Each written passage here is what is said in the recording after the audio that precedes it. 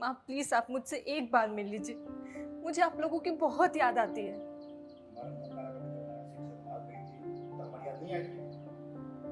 माँ माँ please please मुझे एक मौका दीजिए, प्लीज माँ। आज के बाद फोन मत करना, कहा के बाद फोन मत करना, हमारी तरफ से खत्म।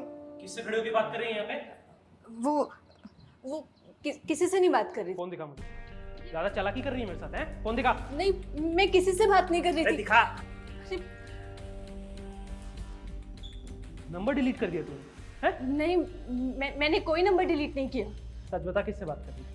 आप मेरा विश्वास करिए, मैं किसी से बात नहीं कर रही थी। तेरी बात का विश्वास करूं? एक भगौड़ी का।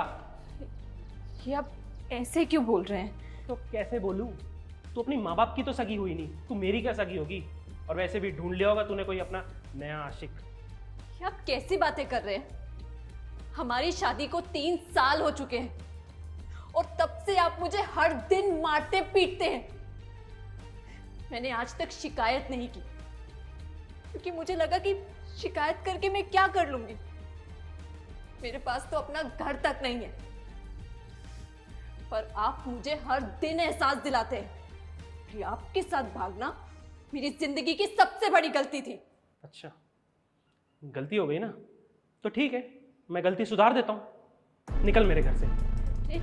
पर मैं कहाँ जाऊंगी? मेरा तो कोई भी नहीं है। मुझे क्या पता, अपने नए आशिक के पास जाना जिससे बात कर रही थी। देखिए प्लीज प्लीज मेरी बात सुनिए, मैं कहाँ जाऊंगी? मेरे को तेरी कोई बात नहीं सुनी, चुपचाप निकल मेरे घर से, समझी? चल निकल।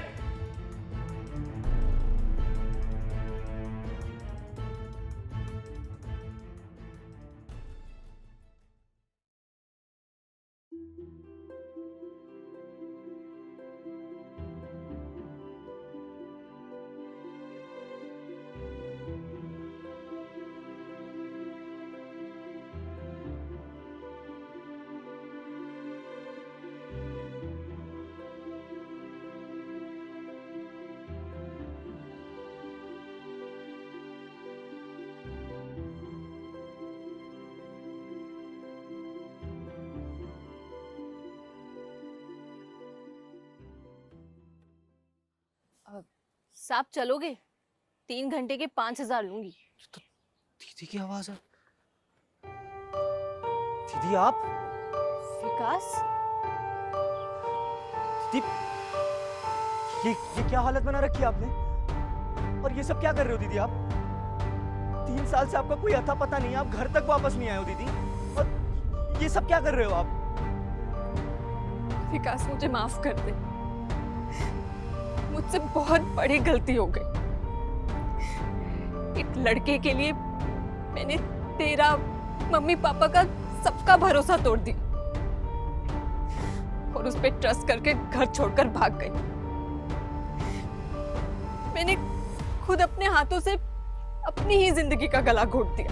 दीदी बात क्या है, आप मुझे सही से बताओ पूरी बात। वो इंसान शराब पीकर मुझे रोज मारता पीटता था और 6 महीने पहले उसने मुझे ये बोलकर घर से निकाल दिया कि मैं अपने माँ बाप की सगी नहीं हुई तो उसकी क्या सगी होंगी। तो दीदी आप 6-7 महीने से कहाँ थे? आप क्या कर रहे थे फिर? वहां से निकलने के बाद मैंने छोटा मोटा काम करना शुरू किया, पर कुछ दिनों के बाद वो भी मिलना बंद हो गया। फिर मैं सड़कों पर दर दर की ठोकरें खा रही थी। उसके बाद मेरे पास एक औरत है, उसने जब मेरी कहानी सुनी तो उसने बताया कि ऐसे तो मैं सड़क पर ही दम तोड़ दूंगी, इससे अच्छा है कि मैं धंधा करके एक जिंदगी की नई शुरुआत करूं। धंधा? और मैं इतनी लाचार, जिसके पास ना माँ बाप का सहारा है और ना पति का घर, इसलिए मजबूरी में आकर मुझे ये जिस्म फरोशी का धंधा करना पड़ा। दीदी आपके साथ इतना कुछ हो गया, आपने एक बार भी मुझे कुछ नहीं बताया, और दीदी आप घर तक वापस नहीं आई। मैं किस मुंह से घर आती? जिन लोगों के मुंह पे कालिक पोतकर मैं वहां से भाग गई थी, मैं उनसे नजरें कैसे मिलाती?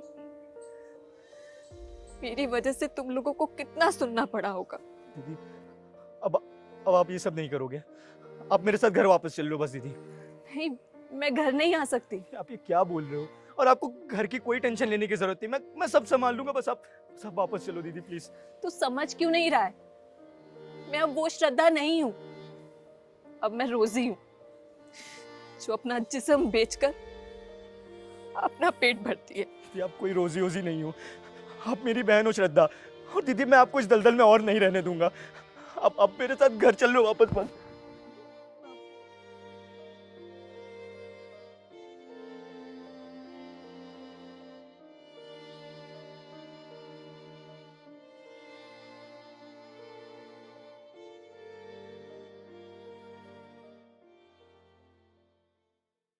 If you are going through any psychological or relationship problem, then you can join our positivity group by the name of Nijo Positive. It's a community counseling group wherein you can submit your problems anonymously and people in the group will try to solve it or support you with positivity. The link is in the description below. Thank you. Bye-bye.